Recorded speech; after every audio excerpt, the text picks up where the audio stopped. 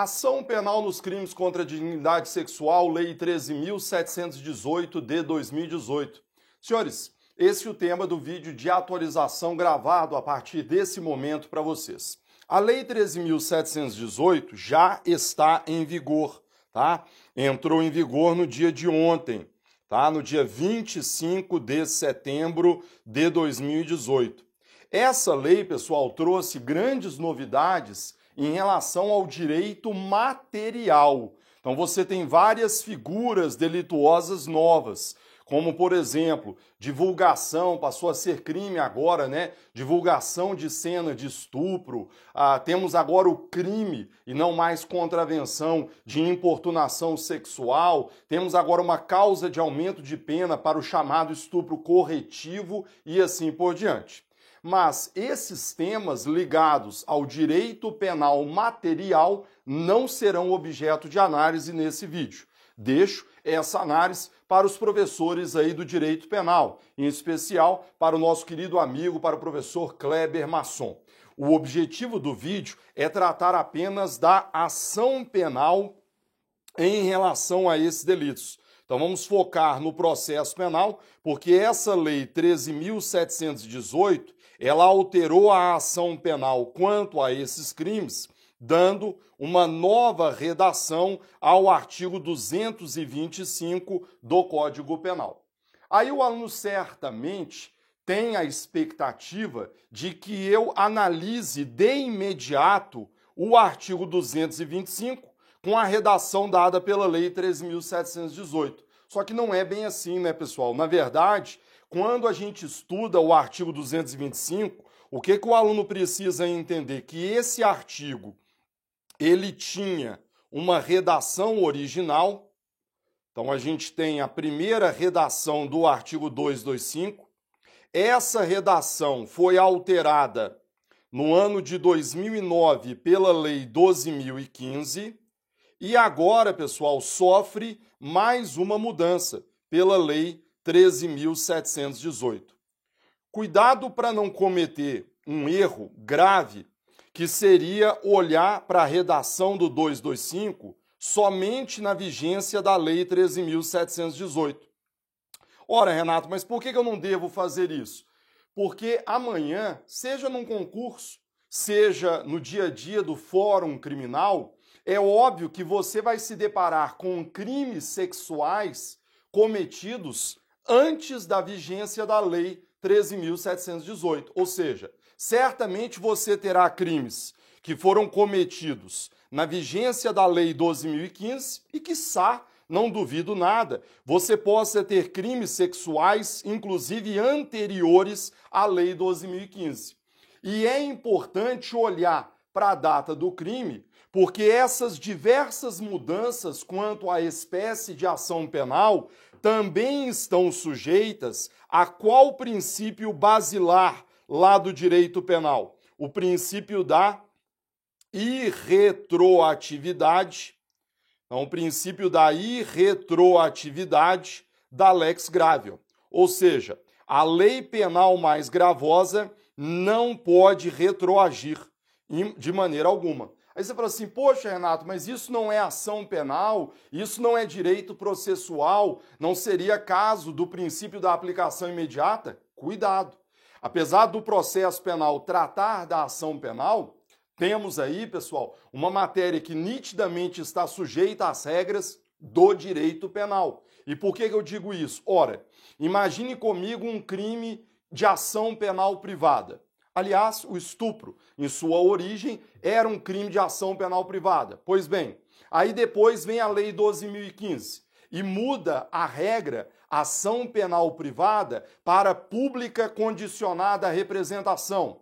Ótimo! Aí agora vem uma nova lei, a 13.718, e transforma em pública incondicionada. Então, senhores, atentem para essas três mudanças. Primeiro, ação privada, depois pública condicionada à representação e agora ação penal pública incondicionada.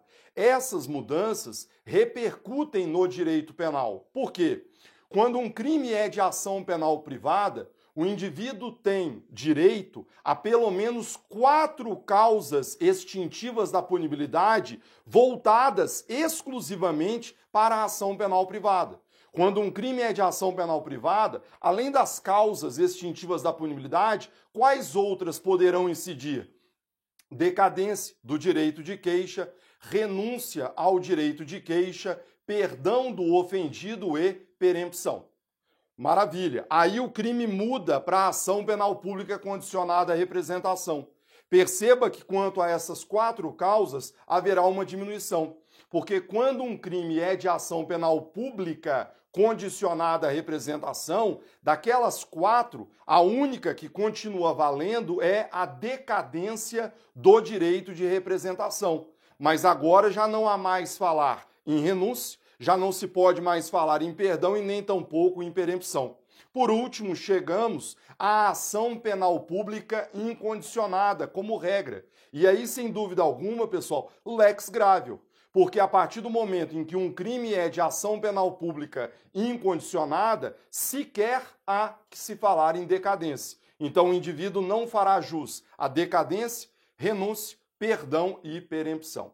Então é importante que você saiba a mudança produzida pela Lei 13.718, mas é importante que você também conheça todas as redações do artigo 225, exatamente para que, ao ser questionado quanto ao direito intertemporal, você possa dizer qual será a regra aplicável a esse delito, a depender do momento em que ele foi praticado.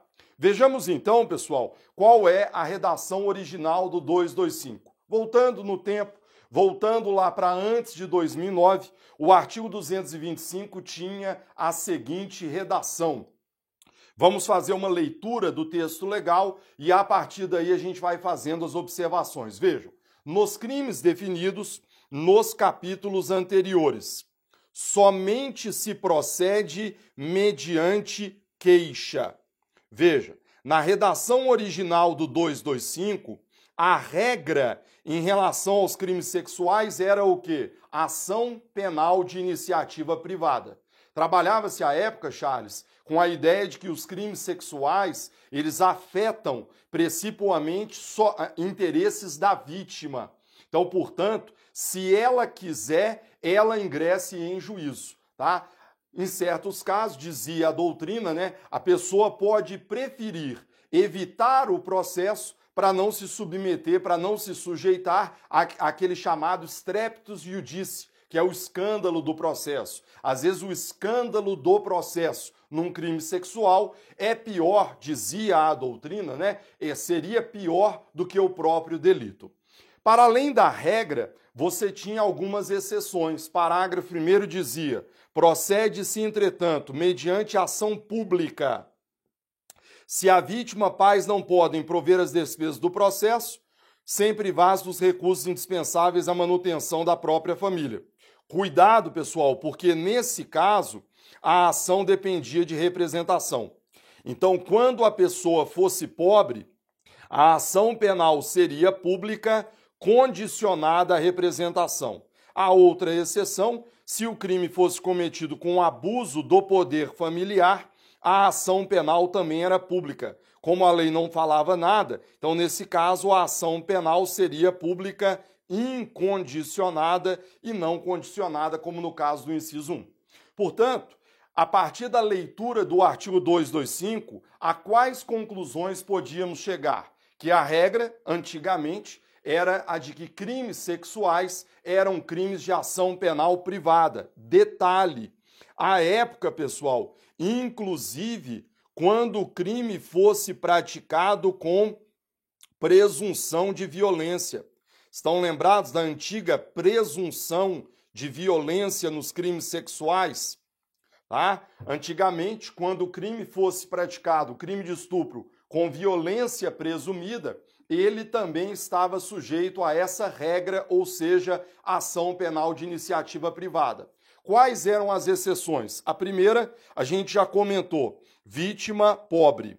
Quando a pessoa não pudesse prover as despesas do processo, né, sem privar dos recursos indispensáveis, acabamos de ver que, nesse caso, a ação penal era pública condicionada à representação. Quando o crime fosse cometido com abuso do poder familiar, a ação penal era pública incondicionada, inciso 2 do parágrafo 1º do artigo 225, qualificado pela lesão grave ou morte. Cuidado, se você olhar para a redação antiga do 225, isso não era mencionado. Perceba que o 225 não fala em crime de estupro qualificado pela lesão grave ou morte. Mas aí o que o aluno precisa entender? Que isso, na verdade, era dito pela doutrina por conta disso aqui, ó, nos crimes definidos nos capítulos anteriores. À época, o crime de estupro qualificado pela lesão grave ou pela morte estava previsto onde? No artigo 223. E o artigo 223 estava inserido nesse mesmo capítulo do artigo 225. Então, na verdade, como o 225 só se referia à ação penal privada para os crimes definidos nos capítulos anteriores, a doutrina concluía, então, que quando o crime fosse qualificado pela lesão grave ou pela morte, a ação penal seria pública incondicionada. Maravilha! Para a gente poder concluir, a última ressalva, a última exceção, é quando o crime fosse cometido com violência real. Primeiro ponto importante, o que é essa violência real? Será que pequenas lesões na região da vagina podem ser qualificadas como violência real? Não. Na verdade, violência real, segundo a doutrina, nada mais é do que um emprego de força física sobre o corpo da vítima como instrumento para constrangê-la ou para constrangê-lo à prática do ato sexual. Então você dá uma gravata, você segura, né? Você joga a pessoa, dá um soco, um pontapé, isso é violência real. À época, pessoal, prevalecia um entendimento de que quando o crime de estupro fosse cometido com violência real, a ação penal também seria pública incondicionada. Renato, mas isso era dito por quem? Pelo próprio Supremo Tribunal Federal. Supremo Tribunal Federal, sobre o assunto, tinha até uma súmula, que é a súmula de número 608, aí exibida para vocês. O que diz a súmula de número 608? Está aí na tela. No crime de estupro, praticado mediante violência real, cujo conceito está aí exibido para vocês, a ação penal será pública incondicionada. Mas, Renato, qual é o fundamento legal dessa súmula 608? Por que o Supremo dizia, por meio desse verbete, que crime de estupro praticado com violência real seria ação penal pública incondicionada? Na verdade, colegas, o Supremo extraía o fundamento legal dessa súmula lá do Código Penal, para ser mais exato, do artigo de número 101, aí exibido para vocês. O artigo 101, ele cuida daquilo que a doutrina chama de ação penal extensiva, tá? Então, terminologia usada aí, ação penal extensiva, entre outros, pelo professor Juarez Cirino dos Santos. O artigo 101 está aí exibido para vocês, vejam, a ação penal no crime complexo. A gente costuma brincar aqui nas aulas do G7 Jurídico, Charles, que é um dos artigos de leitura mais confusa possível, tá? Não sei o direito empresarial, o direito financeiro, estou um pouco afastado, mas dificilmente vocês vão encontrar algo tão confuso quanto isso. Diz o artigo 101, quando a lei considera como elemento ou circunstâncias do tipo legal fatos que por si mesmos constituem crimes, cabe ação pública em relação àquele, desde que, em relação a qualquer destes, se deva proceder por iniciativa do Ministério Público. Pessoal, sinceramente, cá para nós, você lê esse artigo 101, que cuida da ação penal no crime complexo e não entende absolutamente nada. É impressionante isso. Vamos tentar ajudar. Primeiro, o que é um crime complexo? Crime complexo, pessoal, é um crime que resulta da fusão de duas ou mais figuras típicas. Fácil. Melhor exemplo, roubo. O roubo nada mais é do que a junção de dois crimes, né? Uma lesão corporal com furto, um constrangimento ilegal com furto, você chega lá no crime de roubo. Maravilha. Então esse artigo 101, ele tem como destinatário o crime complexo. Para dizer o quê? Para dizer o seguinte: se dentro do crime complexo você tiver dois crimes, um deles de ação penal privada e o outro de ação penal pública, haverá o quê? Uma extensão da ação penal pública para o todo. Então, na verdade, se um dos crimes que compõem o crime complexo for um crime de ação penal pública, o todo, leia-se, o crime complexo como um todo também será de ação penal pública. Legal? Colegas, esse é o fundamento, como disse, para a súmula 608. Ou seja, o Supremo entende que o crime de estupro praticado com violência real seria então um crime complexo, tá? Na verdade, na visão do Supremo Tribunal Federal, seria um crime complexo por quê? Porque é um crime que envolve constrangimento ilegal e homicídio, constrangimento ilegal e lesões corporais, constrangimento ilegal e vias de fato. Cuidado com isso, apesar do entendimento do Supremo, plasmado aí na súmula 608, essa súmula sempre foi alvo de críticas, porque a melhor doutrina sempre discutiu, dizendo que o crime de estupro não é um crime complexo. Então você não poderia a ele aplicar a regra do artigo 101. Veja que, sem embargo desse entendimento doutrinário, a súmula 608 foi usada durante anos e anos. Legal? Colegas, aí podemos avançar para a segunda parte deste vídeo, que é o artigo 225 do Código Penal, só que agora com redação dada pela Lei 12.015. A Lei 12.015 de 2009, ela também alterou o Código Penal e também alterou a ação penal. E entrou em vigor, como vocês veem aqui, no dia 10 de agosto de 2009. Vamos dar uma olhada como ficou a redação do 225. Bem mais simples, está aí exibida para vocês. Vejam, nos crimes definidos nos capítulos 1 e 2, procede-se mediante ação penal pública condicionada à representação. Veja, se antes a regra era a ação penal privada, agora a regra passou a ser a ação penal pública condicionada à representação. Pois bem, parágrafo único vem com as exceções, dizendo: procede-se, entretanto, mediante ação penal pública incondicionada, quando a vítima é menor de 18 anos ou quando a vítima for uma pessoa vulnerável. Tranquilo? Você olha para o 225, Charles, parece que ficou mais simples, mas não, piorou e piorou demais. E você vai entender por quê. Aí você vê então, pessoal, o quadro, o artigo 225, com redação determinada pela Lei 12.015. Como comentamos, a regra agora então é a ação penal pública condicionada à representação. Peço desculpas aí pela falta de crase, de acento, mas o computador não aceitou.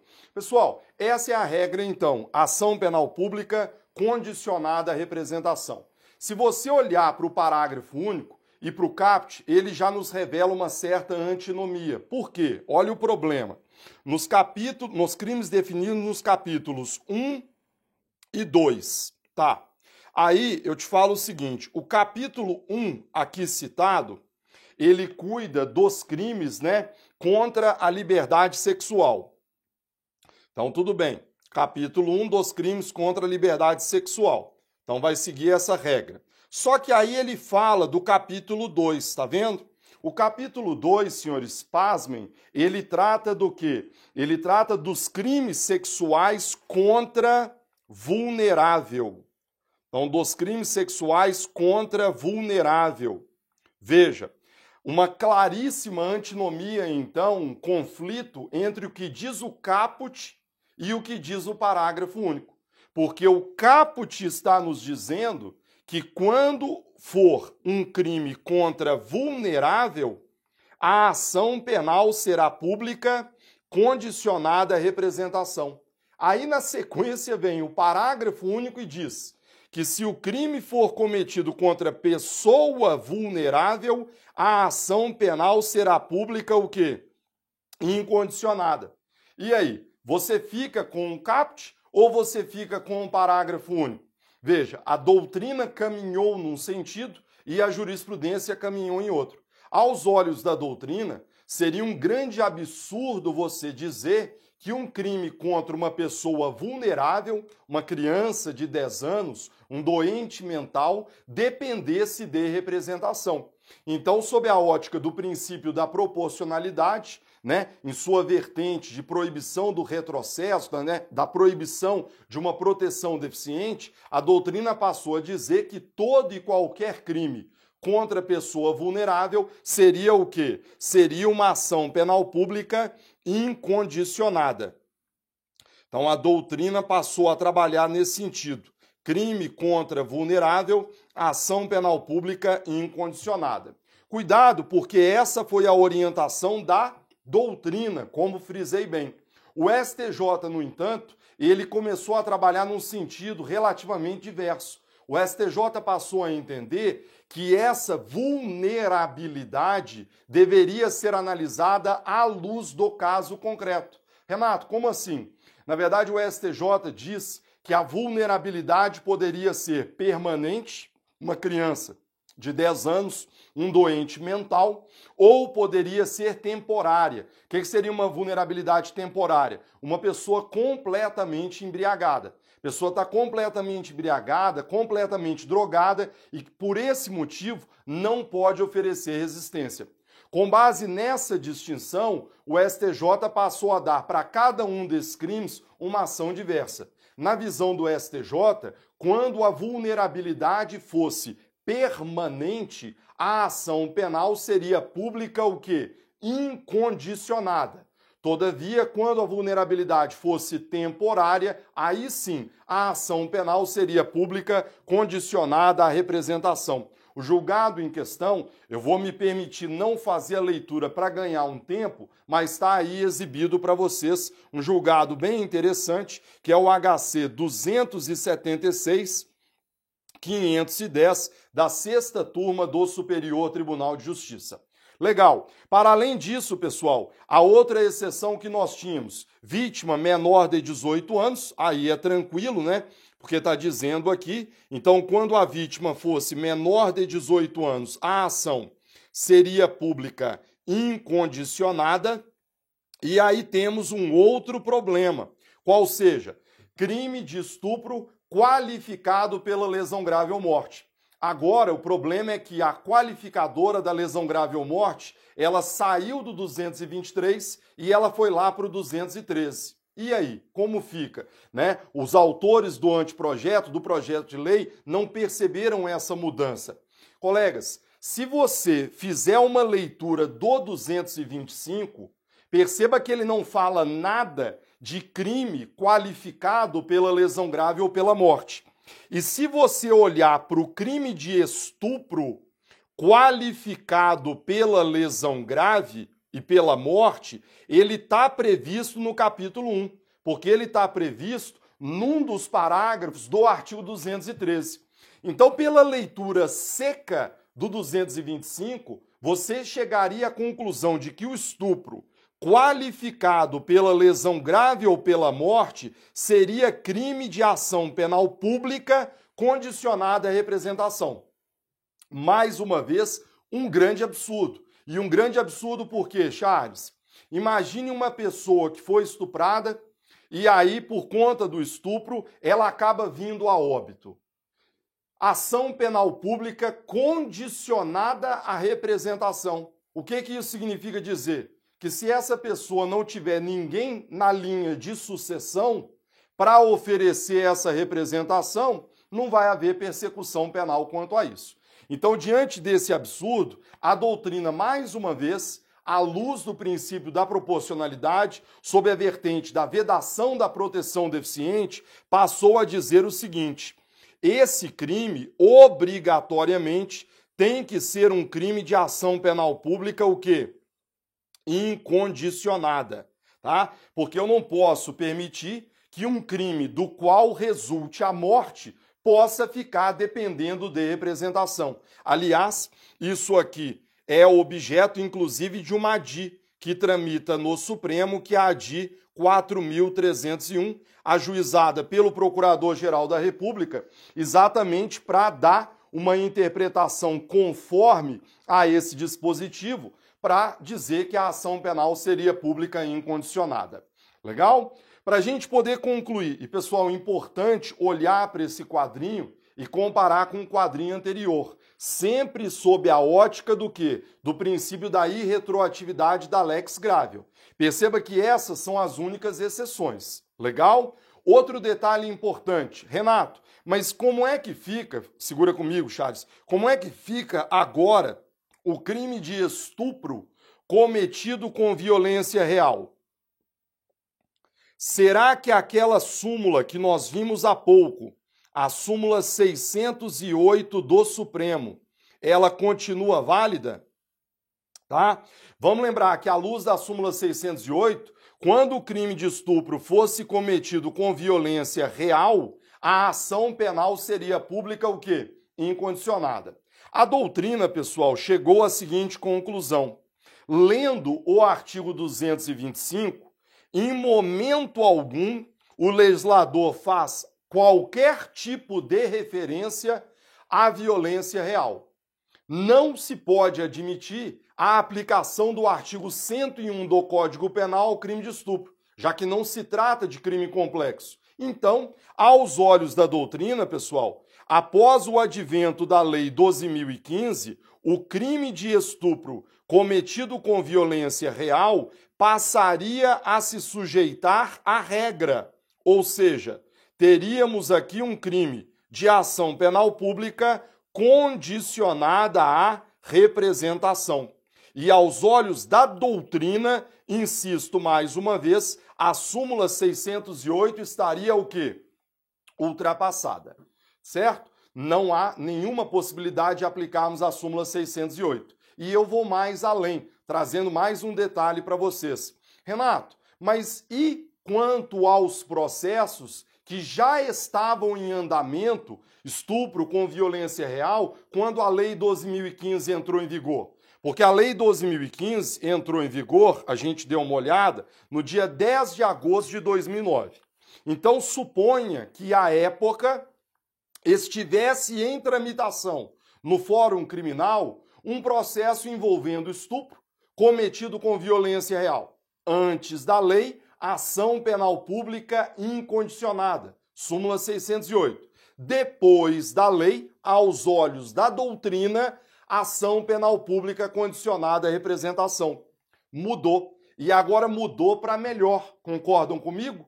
Porque crime de ação penal pública condicionada é uma coisa. Ação penal pública condicionada à representação é melhor para o acusado, porque todos nós sabemos que o não implemento da representação é causa de decadência e consequente extinção da punibilidade. Aí surgiu então o questionamento. Será que essa mudança trazida pela Lei 12.015 terá aplicação imediata a esses processos que já estavam em tramitação? Colegas, parte da doutrina posicionou-se no sentido contrário. Parte da doutrina diz o seguinte, olha, a Lei 12.015, ela não trouxe nenhuma norma de transição quanto à matéria.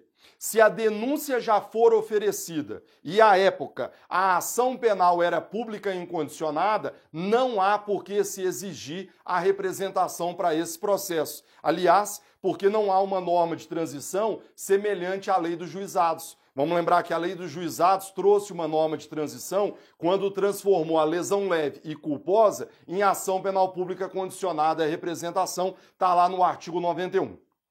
Essa é uma orientação. Mas há uma orientação, pessoal, que me parece mais coerente, que diz o seguinte: olha, tudo bem que a lei não trouxe uma regra de transição, mas não há necessidade, porque aí eu estou diante de um princípio constitucional, que é o princípio da ultratividade da lex melius. A Lei 12.015, nesse ponto, ela é mais vantajosa para o acusado, porque ela passa a exigir o implemento da representação para os crimes de estupro cometidos com violência real. Então, parte da doutrina passou a sustentar que a representação deveria ser implementada para esses delitos. Há quem diga que o prazo para tanto seria de 30 dias, e aí vão aplicar a lei do juizado subsidiariamente. Nós, no manual, sempre sustentamos que o prazo seria o do Código Penal de 6 meses. Não há por que aplicar subsidiariamente a lei dos juizados se o próprio Código tem prazo. Então, após a ciência da vítima quanto à necessidade da representação, ela teria 6 meses para implementar, sob pena de decadência. Interessante perceber, pessoal, que essa orientação acabou sendo seguida pelo STJ. Dá uma olhada aí na tela para você ver. Com a superveniência da Lei 12.015, que deu nova redação ao artigo 225, a ação nos delitos de estupro, vamos lembrar que o atentado já não existe mais, ainda que praticados com violência real, passou a ser de ação penal pública condicionada à representação, exceto nas hipóteses, lógico, em que a vítima for menor de 18 anos ou pessoa vulnerável, em que a ação será pública incondicionada. Veja, em atenção ao princípio da retroatividade da lei posterior mais benéfica, ex-vido o artigo 5º, inciso 40 da Constituição, de rigor sua aplicação a casos como o presente. Com a anulação da ação, tem-se por reconhecida a decadência do direito de representação e a extinção da punibilidade. Quer dizer, veja que essa orientação foi encampada pelo STJ em vários julgados, tanto da 6ª turma quanto da 5ª turma do STJ. Curiosamente, todavia, senhores, essa orientação não foi encampada por quem? Pelo Supremo Tribunal Federal. Supremo Tribunal Federal, nesse ano, informativo 892, está aí um julgado, o HC 125.360, o Supremo Tribunal Federal acabou surpreendendo a todos, tá? A doutrina e também ao próprio STJ, para dizer que a súmula 608 continuaria válida, mesmo após o advento da Lei 12.015. Está aí na tela para vocês, vejam. Conclusão, denegou, parará, parará. A denúncia foi realizada em 2012, quando já estava em vigor a 12.015, que alterou o 225. O crime com violência real incide, portanto, a súmula 608, mesmo após o advento da Lei 12.015. Esse julgado causou muita estranheza, porque, como disse, a súmula 608 trabalha com a premissa de que o estupro é crime complexo, o que não é verdade, e a Lei 12.015 não contemplou nenhuma ressalva quanto ao estupro cometido com violência real. Diante do silêncio da lei, seguimos a regra, ou seja, o crime deveria ser um crime de ação penal pública condicionada à representação. Certo? Colegas, percebam de tudo que foi dito que, se bobear, a redação dada pela Lei 12.015 ficou pior do que a antiga. Porque vocês viram aí quantas confusões, quantas controvérsias foram geradas pela Lei 12.015. E é exatamente nesse cenário de confusão, de divergência, de ação penal pública para lá, de representação para cá, de representação como condição de prosseguibilidade para lá, que você vai entender a mudança produzida pela Lei 13.718. Segura comigo. Aí a gente chega então à terceira parte da aula. E aí a gente chega exatamente onde? Na redação do artigo 225, dada pela Lei 13.718, que, como comentei com vocês, está em vigor desde ontem, dia 25 de setembro de 2018. Colegas, Diante dessa completa confusão quanto à ação penal nos crimes sexuais, o Congresso Nacional resolveu não só criar aquelas figuras delituosas a que já fiz menção, mas também mexer na redação do artigo 225. Tá aí na tela para vocês. Sem dúvida alguma, agora a coisa ficou bem tranquila, porque dá uma lida comigo. O artigo 225 passou a dizer o seguinte: nos crimes definidos nos capítulos 1 e 2. Quer dizer, o capítulo 1, a gente já falou, né, que são os crimes contra a liberdade sexual. E o capítulo 2, crimes contra pessoas vulneráveis. Procede-se mediante o quê? Ação penal pública incondicionada. Então vejam, a regra agora é a ação penal pública incondicionada. Parágrafo único, revogado pela Lei 13.718. Então acho que agora podemos dizer que finalmente o legislador acertou a mão, porque simplificou o tema, né? E finalmente, Charles, reconheceu que crimes sexuais, eles não afetam apenas os interesses da vítima, né? Sem dúvida alguma, são crimes gravíssimos, então, em boa hora, o legislador retira deles a ação penal privada e retira deles, inclusive, a representação, transformando-os em crime de ação penal pública incondicionada. O que significa dizer que amanhã, promotor de justiça, tomando conhecimento do delito, deverá oferecer denúncia, mesmo contra a vontade da vítima, tá? A gente sempre fala sobre isso numa outra aula nossa de crimes aí e de Lei Maria da Penha, porque isso aqui sempre me pareceu um dos grandes absurdos que nós tínhamos. E o aluno, né, o Charles já se tornou um nosso aluno aqui, ele também ficava perplexo quando dizíamos isso. Mas o Supremo Tribunal Federal, por conta da Lei Maria da Penha, passou a dizer que uma lesão corporal leve praticada no contexto da Lei Maria da Penha seria ação penal pública o quê? Incondicionada. Então, se eu chego em casa, me desentendo com a minha esposa e dou um soco contra ela, ação penal pública incondicionada. Se, no entanto, eu resolvesse estuprar a minha companheira, a minha esposa, praticar, né, um estupro contra a mulher no âmbito da violência doméstica familiar contra a mulher, sob a égide da Lei 12.015, esse crime era de ação penal pública o quê? Condicionada à representação. É algo inacreditável, porque o crime mais grave dependia de representação, o menos grave não. Agora, pessoal, em boa hora, isso foi resolvido, porque agora todos os crimes definidos nos capítulos 1 e 2, a ação penal pública incondicionada. O parágrafo único, vejam, foi revogado, ou seja, o legislador não coloca nenhuma exceção a isso. Vejamos então algumas considerações importantes.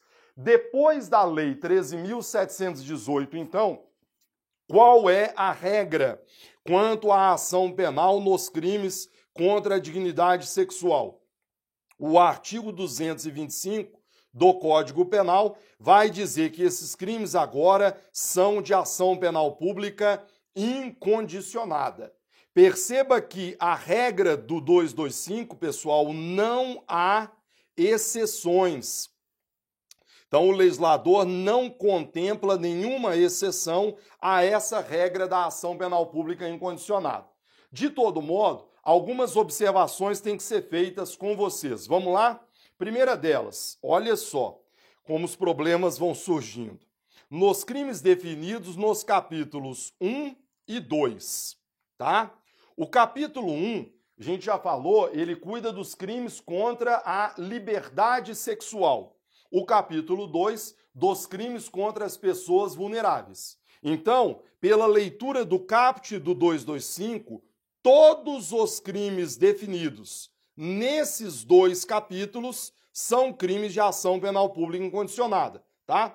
Quais são esses crimes? Trouxe aí para vocês quais são esses delitos, inclusive já trazendo as novas figuras delituosas incluídas pela Lei 13.718, como, por exemplo, o crime de importunação sexual, que ocorre quando alguém pratica, né, contra alguém sem a sua anuência, ato libidinoso com o objetivo de satisfazer a própria lasciva ou a de terceiro. O aluno vai se lembrar daqueles ataques em ônibus, né, pessoas ejaculando sobre outras e assim por diante. Quais são os crimes definidos no capítulo 1 do título 6? Ali você tem o estupro, a violação sexual mediante fraude, a nova figura criminosa do artigo 215-A, vamos lembrar que antes era uma figura contravencional, e também o artigo 216-A, assédio sexual.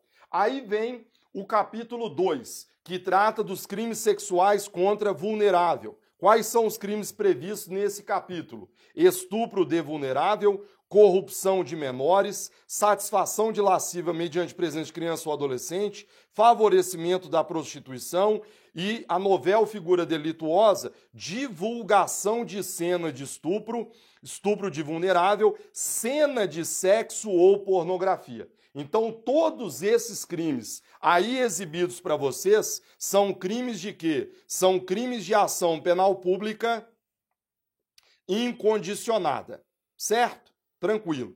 Só que aí uma outra questão surge e uma outra observação interessante surge. Quando o aluno lê o caput, ele vê o seguinte: professor, nos crimes definidos nos capítulos 1 e 2, procede-se mediante ação penal pública incondicionada. Tudo bem.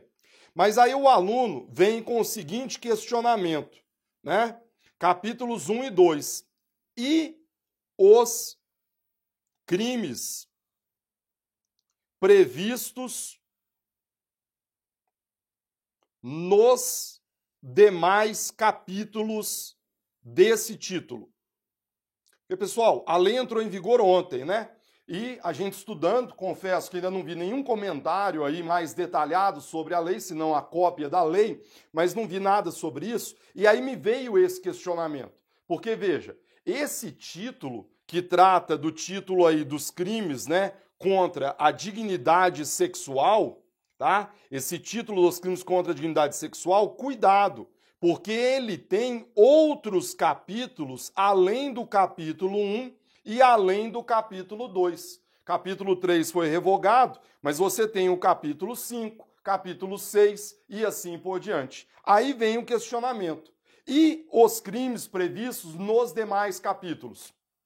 À primeira vista, se você lê o caput, fica parecendo que apenas os crimes desses dois capítulos seriam crimes de ação penal pública incondicionada.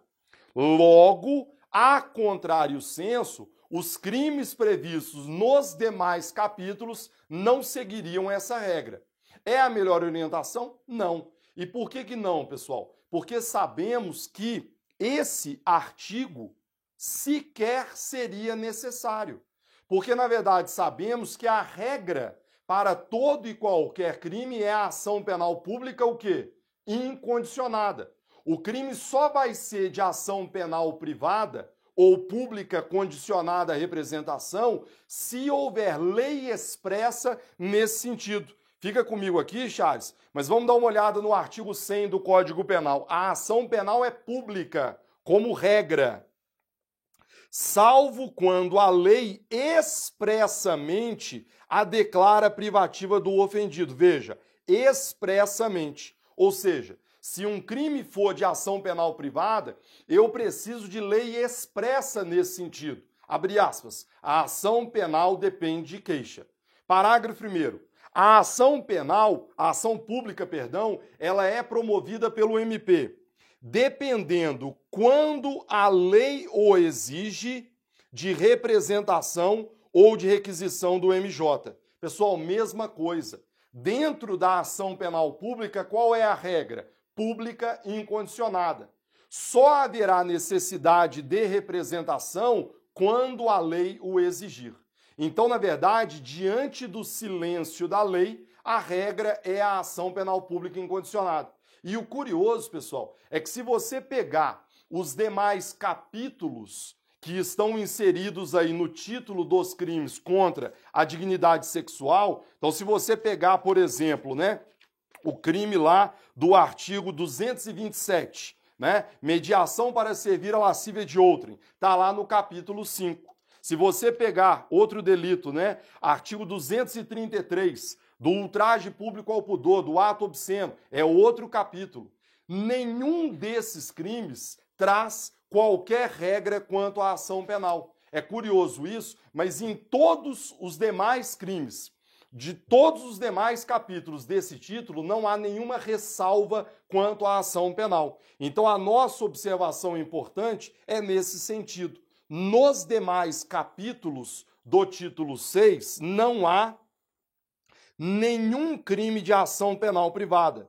Também não há nenhum crime de ação penal pública condicionada à representação. Então é curioso isso, porque apesar da leitura do 225, fica a impressão de que somente esses dois capítulos seriam de ação penal pública incondicionada, mas como nos demais capítulos não há nenhuma ressalva quanto à espécie de ação penal, hoje podemos dizer de maneira muito tranquila que todos os crimes previstos neste título, que versa sobre os crimes contra a dignidade sexual, são crimes de ação penal pública incondicionada. Certo? Para a gente poder concluir, uma última observação que até já foi feita com vocês, novatio legis impeius. Sem dúvida alguma, pessoal, a Lei 13.718, nesse ponto que altera a ação penal, artigo 225, é uma novatio legis impeius, porque quando saímos da regra ação penal pública condicionada à representação e passamos para a ação penal pública incondicionada, sob o ponto de vista do direito penal, essa mudança é para pior, porque o indivíduo será privado de uma causa extintiva da punibilidade, que é a decadência do direito de representação. Então, se estivermos dentro dessa regra, antes da Lei 13.718 e agora sob a vigência, podemos dizer que esse novo regramento do artigo 225 só deverá ser aplicado para os crimes cometidos após a vigência da Lei 13.718. Salvo, logicamente, se mesmo antes da Lei 13.718 o crime já fosse de ação penal pública incondicionada. Então aí não mudou absolutamente nada. Legal? Pessoal, sei que um vídeo longo, né? 47 minutos aí, quase, né? Que nos estendemos, mas penso eu, modestamente, que conseguimos abordar todos os pontos. Eu peço aos senhores para encaminharem suas críticas, né? Seu feedback, sua opinião, alguns pontos que não foram comentados, algumas observações, manda lá pelo Instagram, porque, logicamente, isso tudo é levado em consideração, inclusive para a gente atualizar o nosso manual de processo penal para as edições aí 2019, certo? Então tá aí, Lei 13.718 e a nova ação penal em relação aos crimes contra a dignidade sexual. Eu agradeço a cada um de vocês pelo prestígio, pela atenção. Peço que vocês se inscrevam aí no nosso canal do YouTube, porque para cada novo vídeo gravado, você vai ser notificado quanto a isso. Forte abraço, fiquem todos com Deus e até a próxima.